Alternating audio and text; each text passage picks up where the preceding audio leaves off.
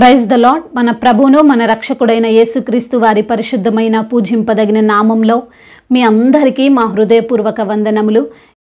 ఈరోజు దేవుని వాక్యము, ప్రకాశము కొరకు ఎదురు చూచుచున్నాము గాని అంధకారములోనే నడుచుచున్నాము. యెషయా గ్రంథము 59వ అధ్యాయం 9వ వచనము. We look for brightness but we walk in deep shadows. Isaiah chapter 59 verse 9. ఈ రోజుకు గాను జీవము కలిగిన దేవుడు మనకు అనుగ్రహించిన వాక్య భాగమును బట్టి ధ్యానించుకుందాము.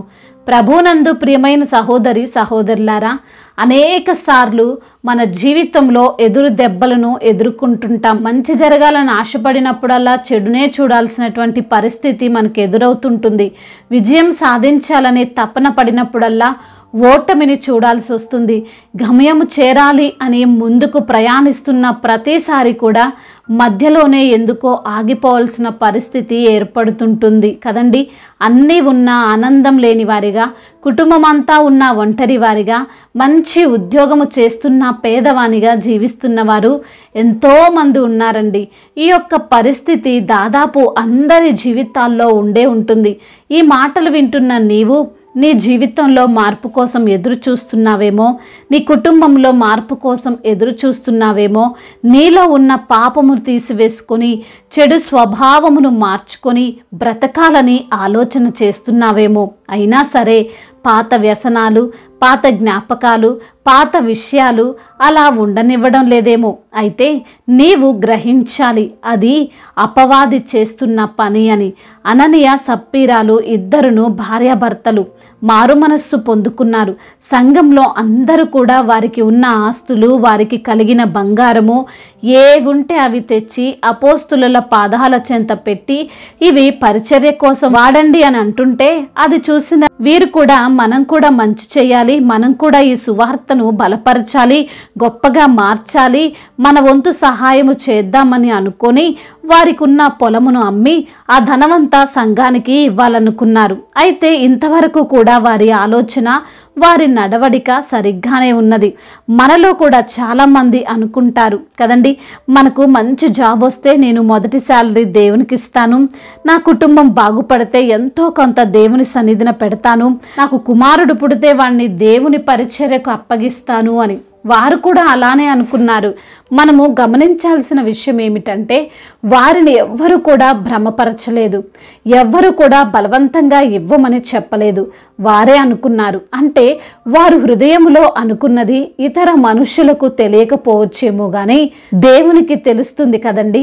ఆయన మన హృదయములో ఆలోచన పుట్టక ముందే దానిని ఎరిగినవాడు. అనగా వారు హృదయములో అనుకున్నప్పటికీ వారు దేవునితో నిబంధన చేసుకున్నారు. కానీ వారి పొలం అమ్మగా వచ్చినటువంటి ధనాన్ని వారు పూర్తిగా ఇవ్వాలని అనుకోలేదు. దానికి కారణం ఆ ధనం చూసి ఆశ పుట్టుండొచ్చు, లేదా అంతెందుకు ఇవ్వాలే అని అనుకొని ఉండొచ్చు, లేదా మొత్తం ఇచ్చేస్తే మన జీవనం ఎలా సాగుతుంది అని అయినా ఆలోచన చేసి ఉండొచ్చు.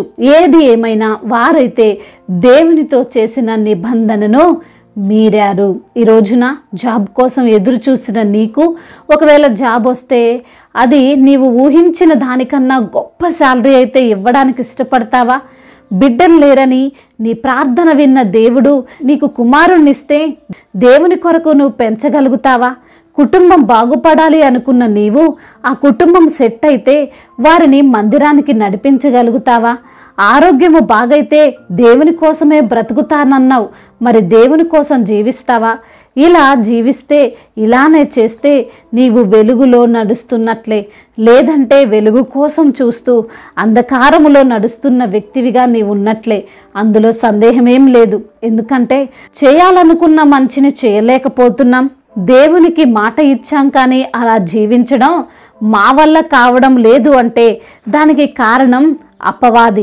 అవునండి, అననీయ సప్పీరాలు మంచే చేద్దాము అని అనుకున్నా చేయలేకపోయారంటే దైవజనుడు చెప్తున్నాడు, పరిశుద్ధాత్మను మోసపుచ్చుటకు అపవాది వారిని ప్రేరేపించాడు అని. ఈరోజున నిన్ను కూడా ప్రేరేపిస్తుంటాడు ఆ సాతాను. ఈ లోకాన్ని నీకు ఎరగా చూపుతున్నాడు, నీ కుటుంబాన్ని, నీ వీక్నెస్లను, నీకు ఎర్రగా చూపుతున్నాడు.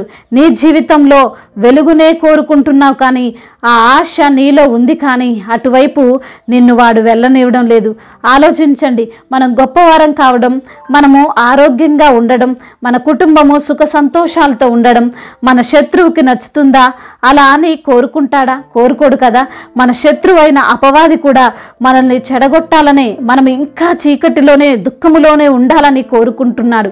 కాబట్టి దానిలో నుండి బయటికి రా.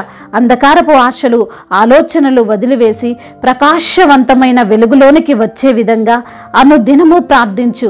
నీవు తప్పక విడుదలను పొందుకుంటావు. దేవుడి ఈ మాటలను దీవించి మన హృదయములో ఫలింపచేయునుగాక. వాక్య భాగమును బట్టి ప్రార్థించుకుందాము. ప్రతి ఒక్కరు కూడా ప్రార్థనలో ఏకీభవించగలరు. ప్రార్థన.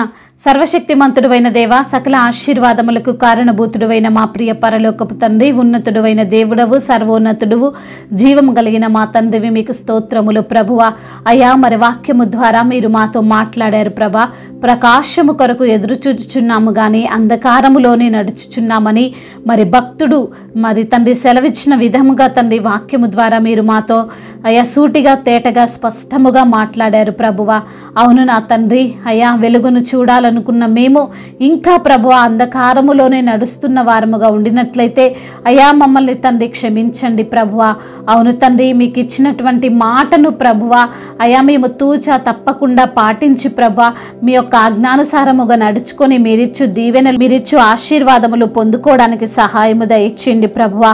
అవును నా తండ్రి, అంధకారపు ఆశలను ఆలోచనలు మేము వదిలివేసి ప్రకాశవంతమైనటువంటి వెలుగులోనికి మేము తండ్రి వచ్చులాగున మీ యొక్క సహాయము మాకు దయచేయండి ప్రభా.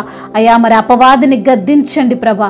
మీ తలంపులు, మీ యొక్క ఆలోచనలు మాకు దయచేసి అయా మాకున్న ప్రతి అవసరతను, మాకున్న ప్రతి కోరికను తండ్రి తీర్చమని బ్రతిమిలాడుకుంటున్నాం. ఎందరైతే బిడ్డలు ప్రభా ఈ రోజున వారికి ఉన్న అయా మరి ప్రార్థన అవసరతలను బట్టి మరి మీ సన్నిధిలో మొరపెడుచున్నారో వారి మొరలు మీరు ఆలకించండి. బిడ్డలకున్న సమస్యలు, ఇరుకులు, ఇబ్బందుల నిమిత్తము ప్రార్థిస్తుండగా అయా మీ ప్రియులను, మీ బిడ్డలను మీరు జ్ఞాపకం చేసుకోనండి ప్రభా. అయా బిడ్డలకున్న బలహీనతలను తీసివేయండి నా తండ్రి. అయా శారీరక బలమును వారికి మీరు ప్రసాదించండి. వారికి ఉన్న అనారోగ్యమును కొట్టివేయండి అయ్యా. ఆరోగ్యంగా వారిని ఉండులాగున సహాయము దయచేయండి అయ్యా. మరణాన్ని జీవముగా మార్చగలిగిన దేవుడవయ్యా, బిడ్డలకు మీ యొక్క సహాయము దయచేయండి. మీ యొక్క పవిత్రమైన రక్తములో బిడ్డలను కడిగి పరిశుద్ధపరిచి సంపూర్ణ ఆరోగ్యవంతులుగా మార్చమని బ్రతిమిలాడుకుంటున్నాం. మీరు పొందిన దెబ్బల చేత బిడ్డలకు స్వస్థతను కలగజేయండి అయా. ఈ రోజున తండ్రి బిడ్డలు తలపెట్టిన పనుల్లోనూ, వ్యాపారంలోనూ, చేతి పనుల్లోనూ, ఉద్యోగ బాధ్యతల్లోనూ అడ్డుగా ఉన్న ప్రతి సమస్యను, ప్రతి అడ్డంకులను, ప్రతి అంధకార సంబంధమైన ప్రతి అపవాది క్రియలను లయపరచండి. వారి ప్రతి పనిని మీరు సఫలపరచమని వేడుకుంటున్నాము తండ్రి. ఆర్థిక సమస్యలను తీర్చండి ప్రభా. ప్రతి అవసరతను మీ యొక్క మహిమైశ్వర్యములో తీర్చమని వేడుకుంటున్నాము తండ్రి. ఇరుకుగా ఉన్నటువంటి స్థలాలను విశాలపరచండి. వారి యొక్క సరిహద్దులను విశాలపరచండి. వారికి తండ్రి మీరే తోడుగా ఉండి మీ యొక్క జ్ఞానము చేత వారిని నడిపించండి. రుణ భారాల నుండి విడుదల దయచేయండి. ఎవరి యొద్ద అయితే రుణమును తీసుకున్నారో ప్రభువా అయా వారి హృదయాలను మార్చి ప్రభువా మరి తండ్రి అయా వారిని తండ్రి క్షమించమని బ్రతిమిలాడుకుంటున్నాము. బిడ్డలకున్న కృంగుదల నుండి వారిని లేవనెత్తండి. కోర్టు సమస్యల నుంచి వారికి విడుదల దయచేయండి. భూతగత సమస్యల నుంచి వారికి తండ్రి మీరే న్యాయమును తీర్చండి ప్రభువా. అయా దేశం కొరకు, అధికారుల కొరకు ప్రార్థిస్తున్నాము తండ్రి. అయా అధికారులను నిలబెట్టు వాడవు నీవే ప్రభువా. అధికారులకు జ్ఞానం ఇచ్చి వాడవు నీవే ప్రభువా. అధికారులను నడిపించి వాడవు నీవే తండ్రి. యుక్తితో తండ్రి వారు పాలించినట్లుగా సహాయము దయచేయమని వేడుకుంటున్నాము తండ్రి. రక్షణ లేని వారికి రక్షణ దయచేయండి. ఇంకా మారు మనస్సు పొందని బిడ్డల హృదయాలను ప్రేరేపించండి. బాప్తీసం తీసుకోవడానికి బిడ్డల హృదయాలను ప్రేరేపించండి నా తండ్రి. అవునయ్యా, మీ యొక్క బిడ్డలుగా అయా మీ యొక్క నిత్య రాజ్య వారసులుగా బిడ్డలను మీరు నిలవబెట్టుకోమని వేడుకుంటున్నామయ్యా. దైవ సేవకులు అందరి నిమిత్తం ప్రార్థిస్తున్నాం తండ్రి. సహాయము దయచేయండి అయ్యా. సువార్థికులకు తండ్రి మీరు తోడుగా ఉండండి అయ్యా. మీ యొక్క సహాయం వారికి దయచేయమని వేడుకుంటున్నామయ్యా. ఆర్మీ, ఎయిర్ ఫోర్స్, నేవీ వారిని తండ్రి మీరు జ్ఞాపకం చేసుకోనండి. రక్షణ దళాలు వారి యొక్క కుటుంబాలను తండ్రి మీరే కాచి కాపాడమని వేడుకుంటున్నాము అయ్యా. మరి తండ్రి గర్భఫలము లేని బిడ్డల కొరకు ప్రార్థిస్తున్నాము తండ్రి. ఎన్నో నిందల మధ్యలో, అవమానాల మధ్యలో బిడ్డలు ఉంటుండగా ప్రభు వారిని మీరు జ్ఞాపకం చేసుకోనండి. వారికి ఉన్నటువంటి తండ్రి అవమానాలు, నిందలను కొట్టివేసి తండ్రి అయ్యా వారికి గర్భఫలం ఇచ్చి ప్రభ మీ సన్నిధిలో సాక్షులుగా వారిని నిలవబెట్టండి. అవమానాలన్నింటినీ ఆశీర్వాదకరముగా మార్చమని వేడుకుంటున్నాము తండ్రి. అయ్యా వారికి ఉన్న చింత యావత్తును కొట్టివేసి ప్రభ మీ యొక్క మహిమైశ్వర్యంలో ప్రతి బిడ్డ అవసరమును తీర్చబడులాగిన సహాయము దయచేయమని తండ్రి ఇంతవరకు చేసిన ప్రార్థన అంతటినీ మీ పాద సన్నిధిని చేర్చుకొని బిడ్డలకు సమాధానము కలగజేసి ప్రతి బిడ్డను మీ సన్నిధిలో సాక్షిగా నిలవబెట్టుకోమని మా నాథుడు, సర్వశక్తిమంతుడు, సర్వాధికారి అయిన నజరేయుడైన యేసుక్రీస్తు వారి శక్తి కలిగిన నామములో ఈ ప్రార్థనను అడిగి వేడుకొనుచున్నాము తండ్రి. ఆమేన్. ఈరోజు మరి పెళ్లి రోజు మరియు పుట్టినరోజు జరుపుకున్న వారందరినీ దేవుడు దీవించి సకల మేలులతో, ఆశీర్వాదములతో, కృపాక్షేమములతో, శాంతి సమాధానముతో దేవుడు మిమ్మల్ని నింపునుగాక. మీ యొక్క ప్రార్థన అవసరతలను మాకు తెలియజేయగలరు. మీ కొరకు మేము తప్పక ప్రార్థిస్తాము. మొదటిసారిగా మన యొక్క ఆదరణ వాక్యం చూస్తున్నట్లయితే తప్పకుండా సబ్స్క్రైబ్ చేసుకోగలరు. ఈ వాక్యం మీకు ఆశీర్వాదకరముగా ఉండినట్లయితే అనేకులకు కూడా ఈ వాక్యాన్ని పంపి మీరు కూడా దేవుని యొక్క రాజ్య సువార్తలో పాలిభాగస్తులు కావాలని దేవుని పేరిట మనవి చేసుకుంటున్నాను. May God bless you all. దేవుడు మిమ్మల్ని దీవించి బలపరిచి స్థిరపరచునుగాక.